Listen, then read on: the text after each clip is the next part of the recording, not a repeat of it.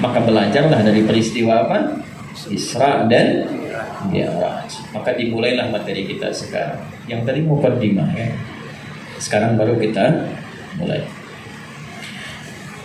Quran surah 17 ayat 1.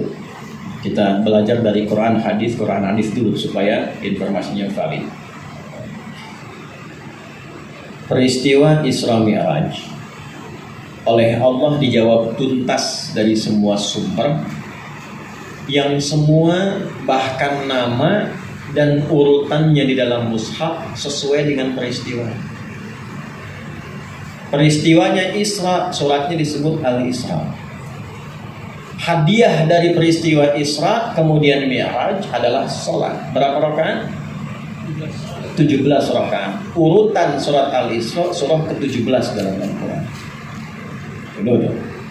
Ini bukan cocok logi ya. Ini ada ilmunya.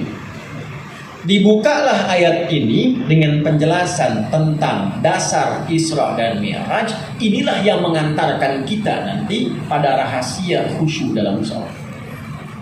Baik. A'udzubillahi minasyaitonirrajim. Bismillahirrahmanirrahim. Subhanalladzi asra bi'abdihi laila minal masjidil haram ilal masjidil aqsa alladzi barakna haulahu linuriyahu, ini poinnya, min ayatina innahu huwas sami'ul basir. Saya mau agak serius supaya sisa waktunya lebih banyak kita manfaatkan. Sepakat ya? Subhanalladzi asra, Maha suci dan terbebas Allah dari segala sifat yang tidak layak baginya. Saya terjemahkan dulu, nanti saya cerita sesuai dengan fakta dan sejarah. Yang telah memberikan mukjizat penting bagi hambanya yang terbaik, Muhammad SAW, memperjalankannya dengan istimewa dari Masjidil Haram ke masjid yang terjauh yang ada pada masa itu, yaitu Masjid Al-Aqsa. Aqsa itu secara bahasa yang terjauh. Laila, di satu malam. Linuriyahu min ayatina, yang kami berkahi sekitaran tempat di Aqsa itu untuk menunjukkan dari peristiwa itu tanda-tanda keagungan yang tidak bisa digapai oleh akal, yang bisa mendekatkan seorang hamba kepada Rabbnya.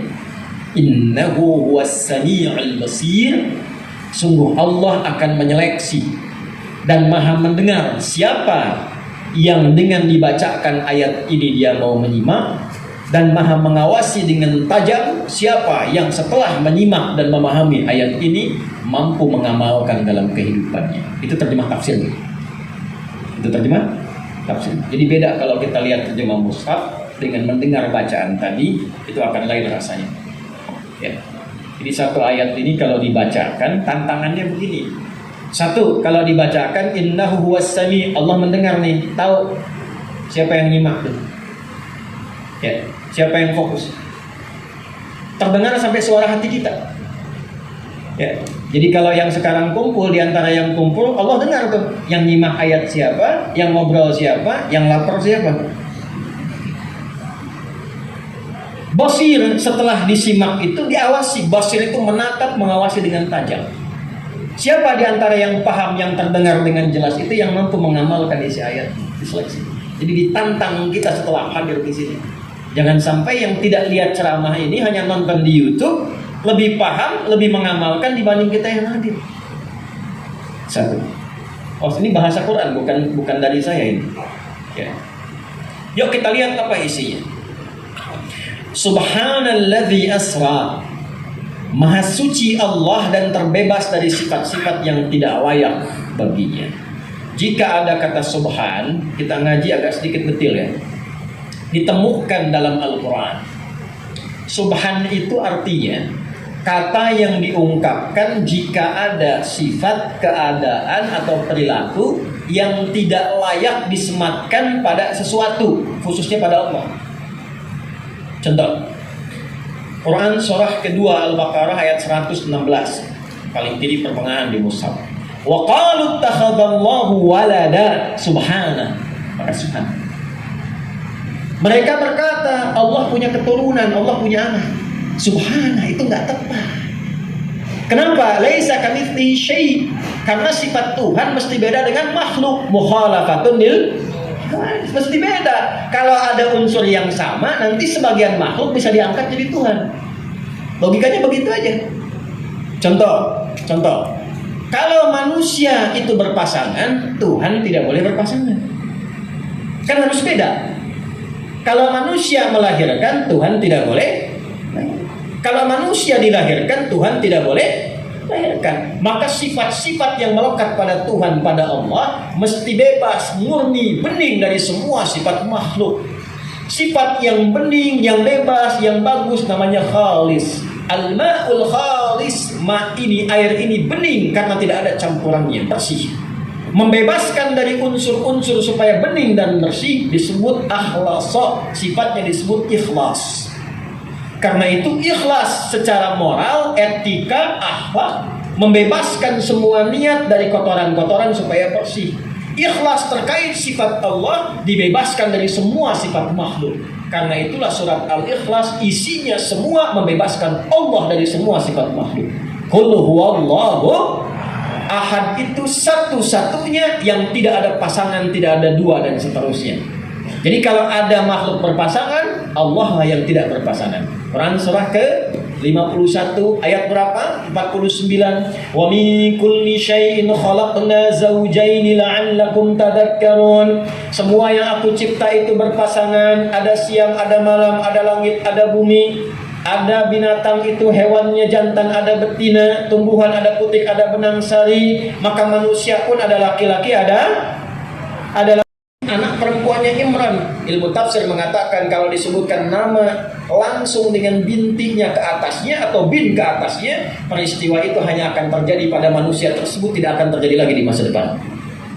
Jadi kalau ada di Pasar Rebo juga Maryam namanya, di Cijantung Maryam, tidak akan sama dengan Maryam binti Imran. Jelas? Saya juga Maryam kok. Iya, tapi bukan Maryam yang itu. Dia berkata, ini beda. Dipertuhankan misalnya, maka Allah datang dengan logika yang lebih dalam lagi. Kalau Isa dianggap Tuhan karena lahir dari perempuan, tak ada bapaknya, maka bagaimana dengan Adam yang tak ada bapak dan ibunya? Famathalu kamathali Adam.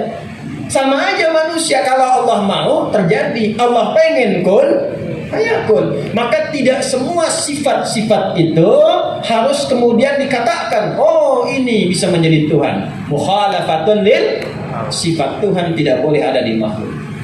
Lam yalid walam yakul lahu kufuwan ahad. Tidak boleh lemah. Manusia lemah. Fisik makin naik, makin sepuh, makin lemah. Tuhan tak boleh lemah.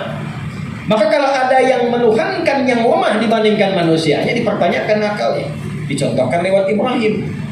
Patung dibikin sendiri, yang bikin manusia. Patungnya nggak bisa bicara, bendanya nggak bisa membebaskan diri dari berbagai hal. Kok bisa yang bikinnya menyembah ke yang dibikin? Ditanya kisah, cuma ditanya, diajak berpikir. Makanya ketika ada yang mengatakan sifat Tuhan mirip manusia, keluar kata subhan. Pertanyaannya, kenapa peristiwa Isra Mi'raj dibuka dengan kata subhan? Ini saya gambarkan, Bu, Pak.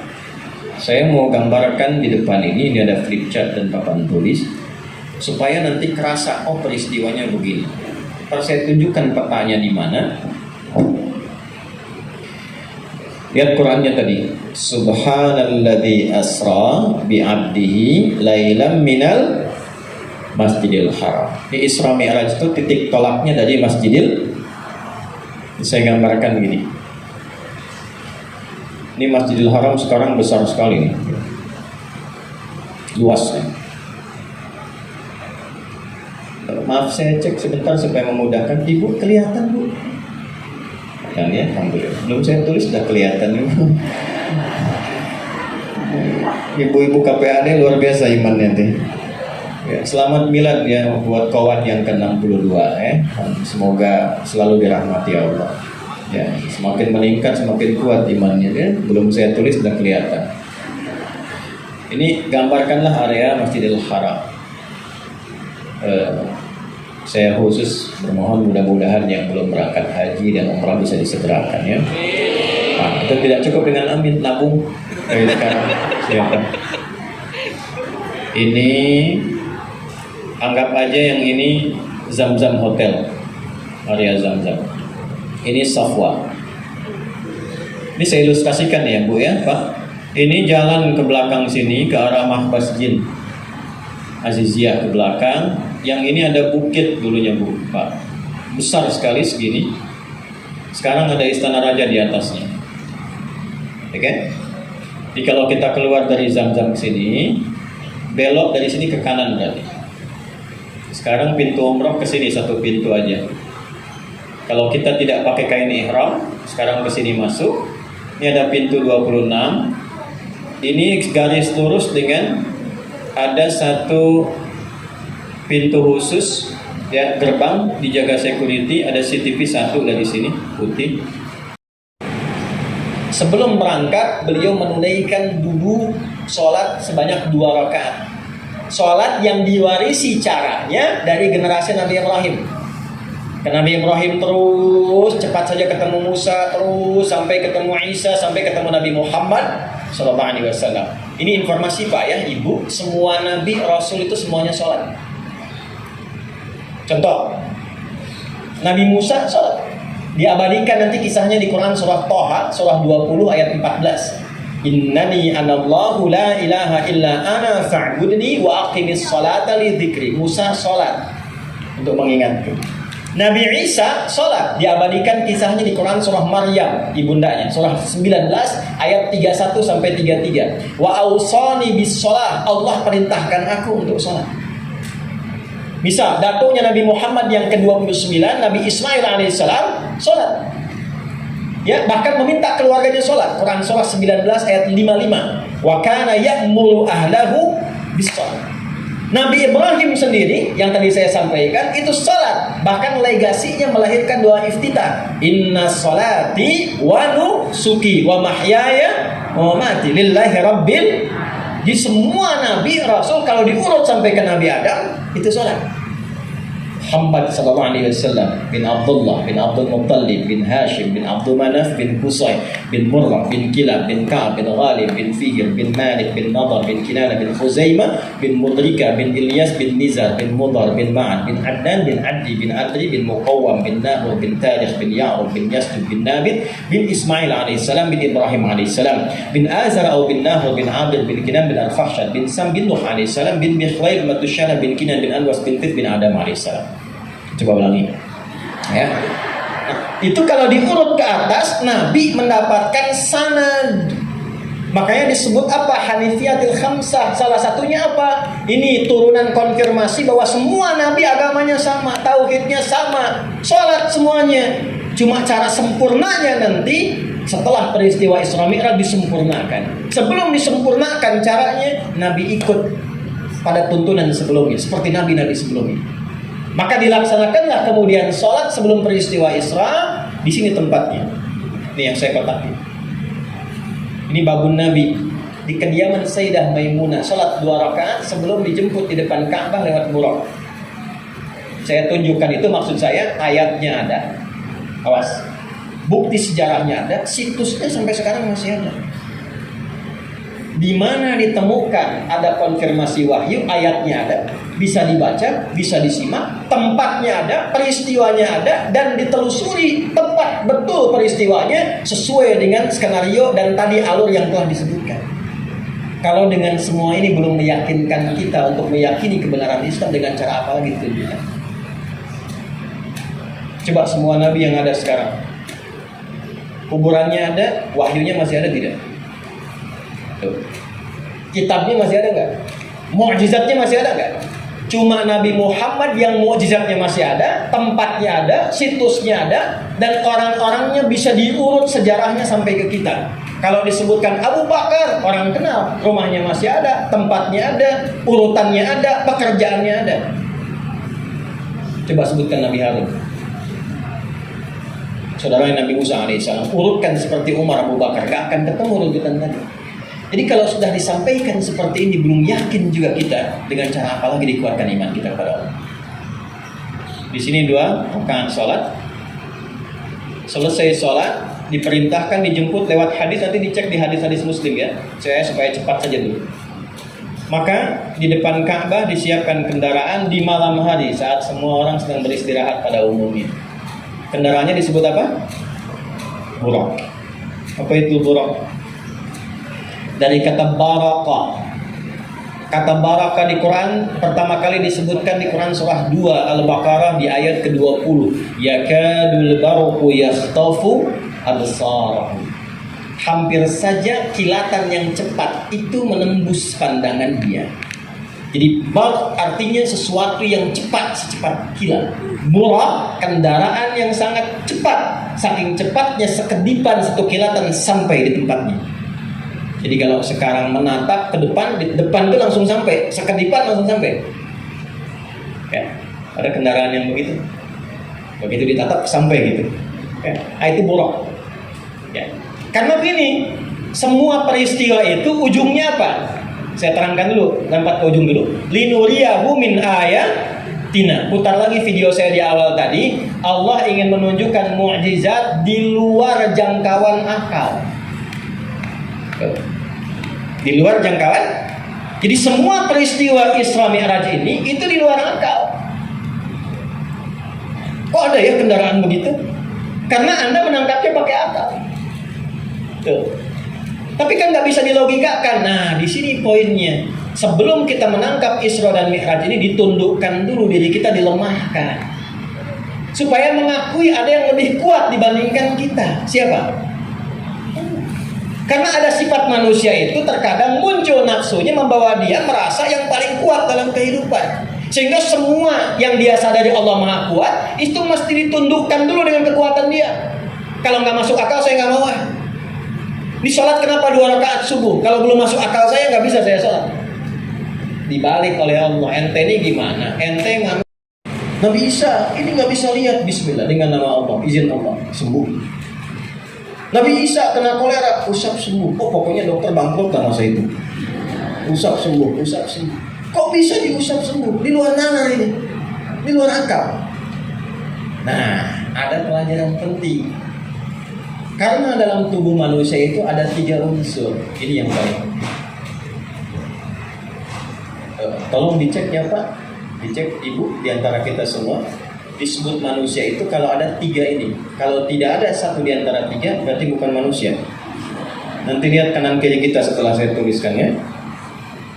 Satu ada fisiknya, tubuhnya. Jism, kaitan dengan fisik disebut jasmani. Ini ada. Ya, baik. 2 akalnya. Untuk membedakan dengan hewan. Baik ya. Hewan tidak tahu malu, manusia punya malu, ya kan? Jadi kalau maaf kalau hewan itu sembarangan, gak usah dimarahi karena tidak berakal. Jangan sampai orang berakal marah pada yang tidak berakal. Ibu udah bersih-bersih, ayam masuk, buang kotoran, dasar ayam, emang ayam. Ibu bukan, ya? Nah, jadi jangan ikut-ikutan pada yang tidak berakal. Sepanjang masih punya akal berarti manusia. 3, ada rohnya. Rohani, spiritual. Lihat sini. Tanpa fisik, dari 3 dulu yang paling enak. Ada fisik, ada akal, roh tidak ada. Meninggal. Udah? Roh dengan fisik tidak ada akal, kambing, ayam. Jelas? Ada akal, ada roh, nggak ada fisik, gentayangan. Sate Pak harus tusuk. Jadi disebut manusia ada 3 ini. 3-3-nya butuh asupan. 3-3-nya lemah, ada yang mengendalikan. Fisik kalau tidak ada asupan, tidak makan, tidak minum, lemah. Harus dikendalikan. Minta sama Allah, jawab sama Allah. Kulu mimma fil ardi halalan thayyiban. Makan supaya sehat dan kuat. Cari yang halal. Kalau dicari yang dengan cara yang haram, itu sebetulnya sedang merusak tubuh juga. Kalau nggak percaya, maaf ya, Koruptor itu jangan dikira tenang. Ya, semakin banyak didapatkan, semakin gak enak makan. Makanya makanan banyak pun disentuhnya sedikit. Karena nggak ada thayyibnya. Halalan thayyib. Ketika tidak halal pasti tidak thayyib itu. Itu udah pasti rumus itu. Ini poinnya. Tapi yang kedua, banyak orang thayyib, thayyib itu sehat fisik. Jadi kalau sudah punya uang halal, cari makanan yang menyehatkan. Tidak semua yang disuka dikonsumsi. Itu rumus dalam Quran. Al-Baqarah ayat 169. Kalau pengen sehat, kata Allah, ya, Quran surah 2 dari ayat 168 ke kanan sampai 169. Makan yang menyehatkan. Punya 50.000, cari yang sesuai kesehatan kita. Orang kalau fisiknya sehat, kuat, orang Arab tanya kaifa halu? Alhamdulillah ana thayyib. Maksudnya fisiknya sehat. Jelas? Yang tidak sehat datang ke dokter. Dokter bahasanya tabib yang membuat tubuh kita thayyib dengan izin Allah. Tapi ada orang fisiknya sehat, fisiknya kuat, akalnya tidak sehat. Maaf, ada orang sehat, kuat, bagus, namanya thayyib, fisik sehat, tapi 2 kali lebaran, 2 kali puasa nggak pulang-pulang tuh. Namanya thayyib kan Bu ya? Ya kan? Ada yang nggak sehat. Apa yang nggak sehat? 1, ini akal. Bagus pakai dasi, pakai jas, baik, tapi mencuri juga. Ada begitu? Nipu juga, ada begitu? Akalnya nggak sehat. Maka dari itu turun ayat-ayat untuk menyehatkan akal. Iqra bismi rabbikal ladzi afala yanzuruna ilal ibili kaifa khuliqat afala tatafakkarun afala yatadabbarun. Itu semua konsumsinya akal supaya akal jadi sehat. Semakin sehat akalnya, semakin mudah tugas fisiknya. Akal. Tapi akal pun masih lemah. Karena jangkauannya terbatas. Jadi kalau tugas fisik pengen mudah, akalnya tingkatkan. Semakin meningkat akalnya, semakin mudah tugas fisiknya. S1 pekerjaannya itu lebih berat dibandingkan S2. Kalau pengen fisiknya lebih mudah, naikin sedikit ilmunya. S2 salary-nya makin banyak, pekerjaan makin dikit. Pengen tinggi lagi, pengen mudah lagi, naikkan S3. Begitu dokter, pekerjaan makin dikit lagi, tapi gaji makin banyak. Pendapat sedikit, pendapatan makin banyak. Energi keluarnya sedikit, tapi hasilnya maksimal. Rumus energi kan begitu kan? Ya kan? Nah, balikin dulu. Tapi ada yang lebih cepat, karena akal ini punya keterbatasan. Fokus ini, nggak semua bisa ditangkap. Pada saat akal tidak bisa menangkap, maka tangkaplah lewat di ruh ini ada iman.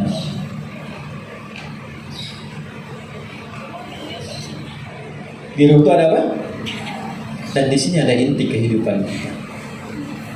Jadi kalau ini cuma mengatur, tapi di sini memerintahkan. Di dalamnya ada 2. Satu disebut takwa. Dalam iman itu ada takwa. Karena itu rata-rata kata iman dalam Quran itu nyambung dengan takwa. Dzalikal kitabul hudan lil. Siapa orang takwa di situ? Ayat 3-nya alladzina yu'minuna bil iman. Bentar lagi kita Ramadan puasa. Ya ayyuhalladzina amanu kutiba alaikumus kama kutiba alal ladzina min la'allakum. Dalam iman ada takwa. Yang kedua, maaf, dalam roh ini satu iman unsurnya takwa, yang kedua ada unsur namanya nafsu. Fujur dalamnya. Wa nafsi wa ma sawwaha fa alhamaha fujuraha wa fujur itu nafsu, nama lainnya. Jadi yang mengendalikan akal ini, kalau bukan takwanya dari iman, itu nafsunya. Makanya jangan heran, ada orang pintar, tapi kok pintarnya tidak membuat baik. Karena pintar itu pekerjaan akal. Akal tidak punya perintah, hanya merumuskan supaya fisik kerjanya mudah. Yang memerintahkan apa? Kalau bukan takwanya, kebaikannya atau nafsunya.